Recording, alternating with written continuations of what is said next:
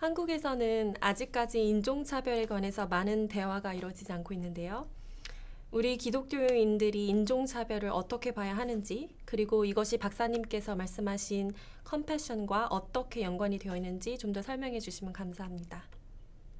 So racism is not something that Koreans have much conversation about, but there are certainly needs to do it in our culture. How should Christians view racism, and how is racism connected to the topic of our lecture, compassion? So I think Christians should view racism as fundamentally anti-Christian, right? Like it's inconsistent with the gospel.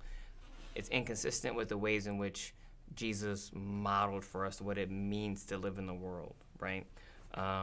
And so I think just on its most simple, Christians ought to view racism as something to be resisted and something that we need to work against and work towards eliminating.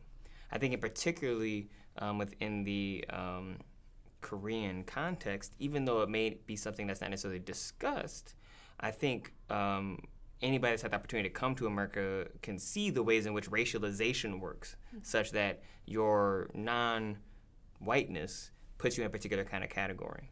And so really we're talking about a social differentiation. And so while it may not be the same kind of language that's used, for instance, in Korea, there's still social differentiation taking place, and it may include the ways in which the way people look, you know, the darkness of their skin and things of that nature. And so in that sense, I think even though it's not part of the conversation, it's a part of what needs to be discussed. We see that connecting to, I guess, compassion and joy in this way that compassion gives us the framework to be able to address race. And then in doing that, we can begin to embody the fullness of joy. And so compassion gives us the space to tend to those parts that are wounded, that are hurt, the parts that come up when we discuss issues of race.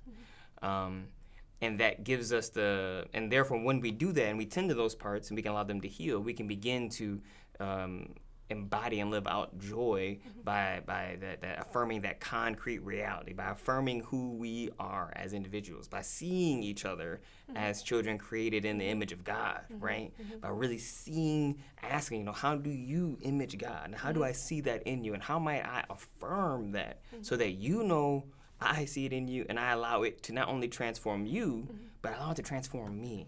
Allow it to transform how I understand the divine.